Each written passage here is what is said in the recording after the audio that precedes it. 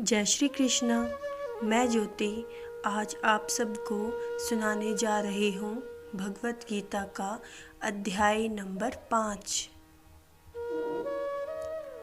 संजय ने बताया कि हे राजन, फिर अर्जुन ने पूछा, हे भगवान, आप कर्मों का त्याग और फिर उनमें जुट जाना, कर्म योग, मुझे दोनों की सलाह देते हैं। इन दोनों में जो एक निश्चय रूप से अधिक कल्याणकारक हो, मुझे वह बताओ। तो महाराज बोले, हे अर्जुन, कर्मों का संन्यास और कर्मों का योग दोनों ही कल्याणकारक हैं। इन दोनों में कर्म छोड़ने की अपेक्षा उसमें जुटे रहना अधिक कल्याणकारक है। जो पुरुष किसी से द्वेष नहीं करता, न किसी को चाहता है, वह तो सन्यासी ही है। ऐसा निर्द्वंद पुरुष बड़ी आसानी से बंधन रहित हो जाता है।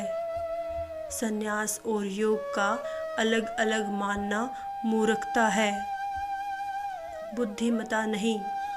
दोनों में से एक का भी भली भांति आश्रय लेने से दोनों का फल प्राप्त हो जाता है।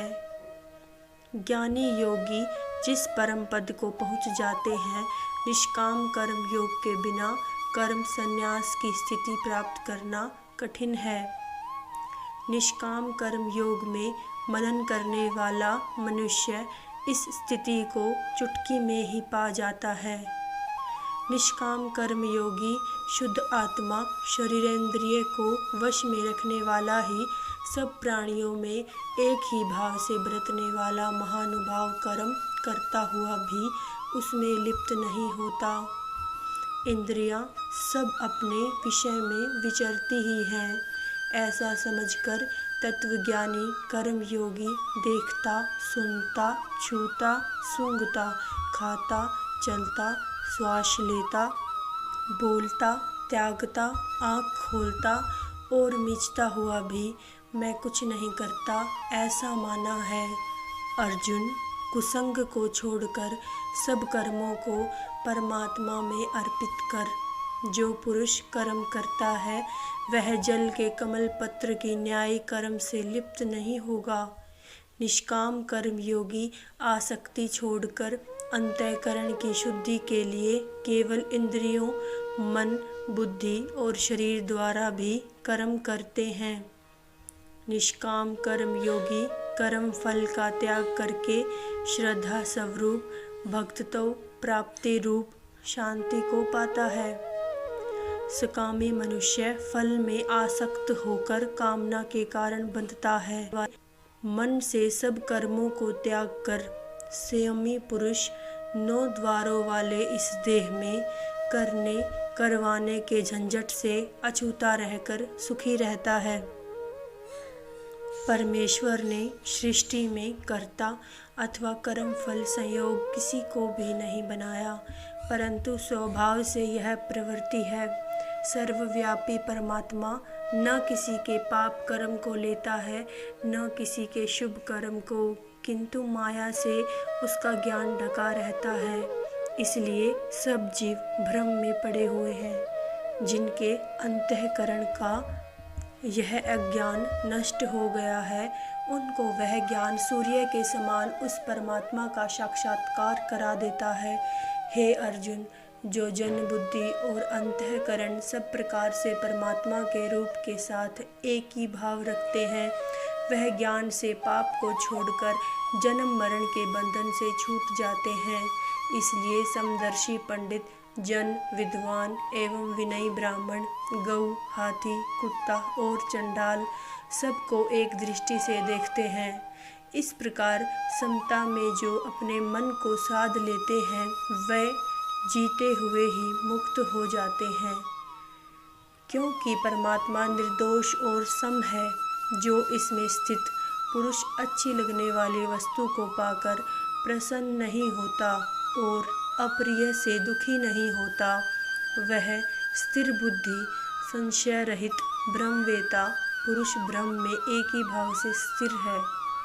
विषयों के बाहरी संयोग से निर्लिप्त रहने वाला पुरुष अंतःकरण में चैन अनुभव करता है। वह ब्रह्म में एक ही भाव से अवस्थित हुआ पुरुष अक्षय सुख को प्राप्त करता है। इंद्रिय एवं विषयों के संयोग से उत्पन्न होने वाले भोग तो दुख ही उत्पन्न करते हैं। ये भोग अनित्य हैं, इसलिए विवेकी पुरुष इनमें नहीं रमता। जो पुरुष शरीर छोड़ने से पहले ही काम, क्रोध आदि को जीत लेता है, वह पुरुष वस्तुतः सुखी है। जो पुरुष अंतरात्मा में सुखी, चैन और आनंद करता है, वह योगी ब्रह्म ज्ञान को प्राप्त होता है। पाप जिनके नष्ट हो गए हैं, आत्मदर्शी, सबसे हित रखने वाले, संशय रहित ज्ञानी मनुष्य पार ब्रह्म को प्राप्त होते हैं।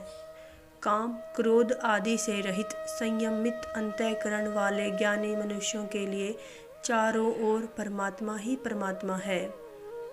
बाह्य विषय भोग को त्याग कर दृष्टि को बाहों के बीच में साध कर श्वास प्रश्वास को सम करके इंद्रिय, मन और बुद्धि को जीतने वाला, इच्छा, भय और क्रोध से रहित मनुष्य मुक्त होता है।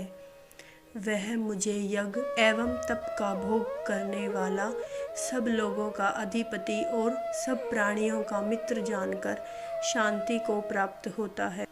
इसी के साथ भगवत गीता का 5वां अध्याय समाप्त होता है।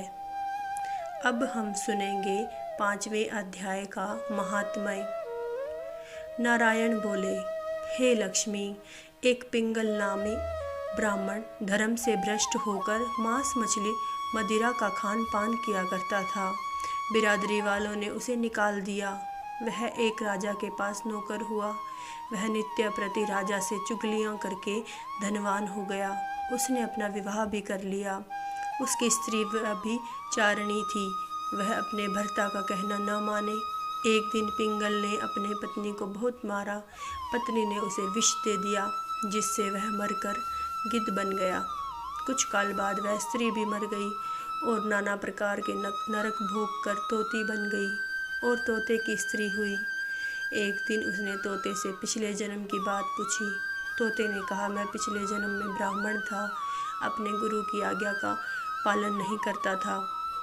एक दिन गुरु ने मुझे शाप दिया कि तू तोता हो जा, सो मैं तोता हो गया। अब तू अपने पिछले जन्म की वार्ता कह। तोती ने उसे अपने पिछले जन्म की वार्ता कही। एक दिन वह तोती वन में बैठी थी। वहाँ गिद्ध आया। उसने पहचाना कि इस तोती ने पिछले जन्म में मुझे विष दिया था। वह उसे मारने को दौड़ा। तोती आगे को भागी। तोती थक कर शमशान में एक पानी से भरी खोपड़ी में गिरी। गिद्ध पर पानी के छींटे पड़े। वे उसी समय मरकर देव देह को प्राप्त हुए। जब धर्मराज ने पूछा, क्यों रे गिद्ध, तू पिछले जन्म में कौन था? गिद्ध ने अपनी पिछले जन्म की वार्ता कही। फिर बोला, कृपा कर हमें यह बताइए कि हमने अपनी जान में तो कोई पुण्य नहीं किया, फिर हमें देव देह क्यों प्राप्त हुआ? धर्मराज बोले, वह एक साधु का सिर था। वह नित्य गंगा स्नान करके गीता के 5वें अध्याय का पाठ करता था। वह खोपड़ी पवित्र थी। उसके स्पर्श से तुम देव देह को प्राप्त हुए। फिर उन्होंने दूतों को आज्ञा दी, जो प्राणी गीता का पाठ करते हैं उन्हें मुझसे बिना पूछे बैकुंठ ले जाया करो। आपका यहाँ तक सुनने के लिए बहुत बहुत धन्यवाद।